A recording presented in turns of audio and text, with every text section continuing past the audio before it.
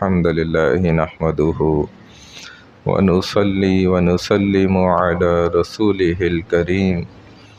أما بعد فأعوذ بالله من الشيطان الرجيم بسم الله الرحمن الرحيم إنا أنزلناه في ليلة القدر وما أدراك ما ليلة القدر ليلة القدر خير من 1000 شهر تنزل الملائكة والروح فيها بإذن ربهم من كل أمر سلام هي حتى مطلع الفجر۔ سورۃ القدر اللہ نے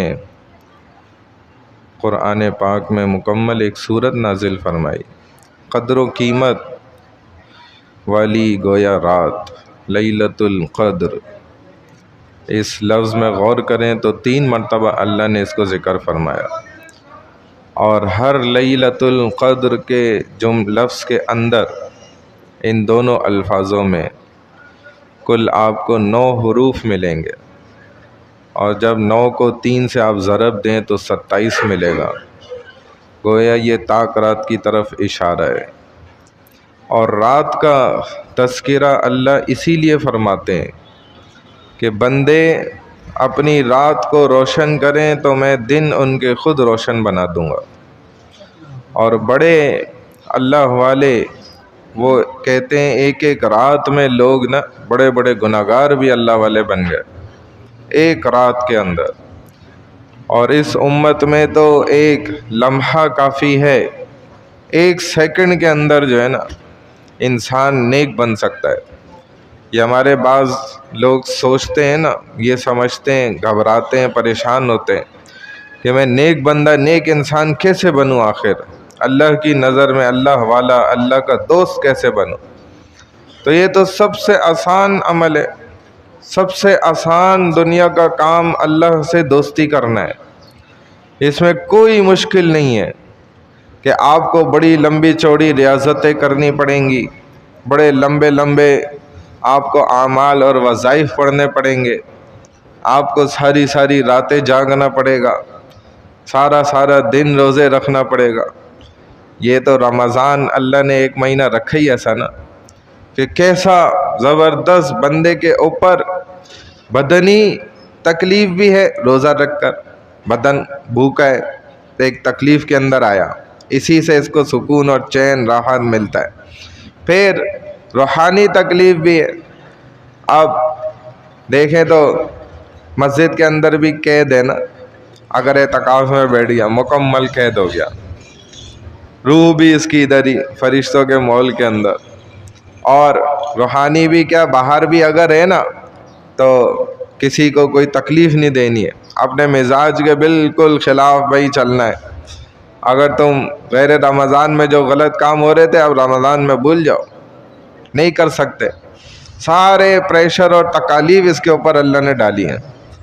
تاکہ اس مہینے میں اس کی تربیت ہو جائے، تربیت کا مہینہ ہے۔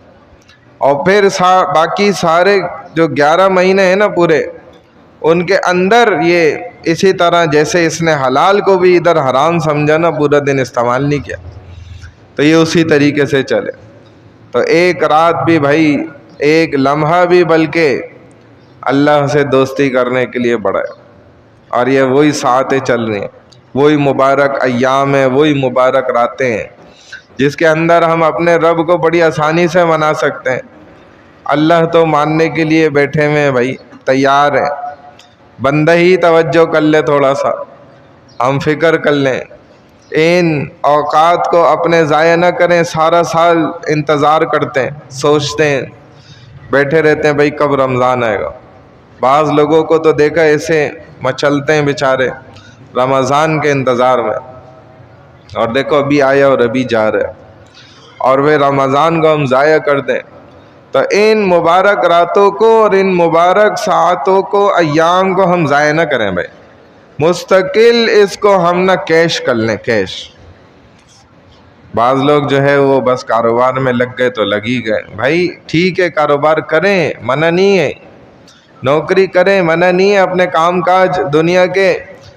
کریں، منع کوئی نہیں ہے، لیکن بھائی جو قیمتی وقت ہے اس کو ضائع نہ کریں۔ جو فارغ وقت بچا اس میں بس وقت ضائع کر رہے ہیں، ٹائم پاس کر، بہت زیادہ بس سو گئے، سو کے جو ہے نا پورا دن، صبح سحری میں روزہ رکھ کر سو گئے، اب ظہر کا وقت آ گیا، گھر والے اٹھا رہے ہیں، بھائی خدا کے لیے اٹھ جاؤ ظہر کی نماز کا، او جی میں خود پڑھ لوں گا، او جی آ گیا پھر عصر کا وقت، میں جی پڑھ لوں گا کوئی مسئلہ نہیں، افطاری سے پہلے اٹھ کے اب ظہر بھی پڑھ لے اور عصر بھی پڑھ لے، قضا پڑھ لے، اب افطاری کر لی، بس یہ اللہ پہ بڑا احسان کیا، حضرت نے روزہ رکھ لیا، ورنہ تو روزہ بیچارہ خود ہی مر جاتا کہ حضرت نہیں رکھتے اگر ان کو، تو بھائی یہ کیسا روزہ ہوا؟ پھر اس وقت جو پورے دن کا سب سے قیمتی وقت ہے نا عصر کے بعد کا، عصر سے مغرب کا، یہ اگر اس کا ریشو نکالا جائے پرسنٹیج تو حیران ہو جاتے ہیں ہم کہ خواتین کا کچن کے اندر ضائع ہو رہے ہیں اور مردوں کا بازاروں میں ضائع ہو رہا ہے، حالانکہ پورے دن کا سب سے بہترین وقت، پورے دن کا نچوڑ نکال کے جو علماء فقہا نے بتلائے وہ فرمائے کہ عصر سے مغرب کے درمیان کا وقت، اور یہ کدھر ضائع ہو رہا ہے؟ بچوں کا پتنگ اڑاتے ہوئے، بڑوں کا مردوں کا بازاروں کے اندر، اور خواتین کا کچن کے اندر ضائع ہو رہا ہے۔ یہ نہیں ہے کہ اپنی خواتین کو بول دیں بھائی محدود چیزیں بناؤ، بس فارغ کرو عصر سے پہلے رکھ دو، کوئی مسئلہ نہیں، ہمیں گرم کھانے کا کوئی شوق نہیں ہے،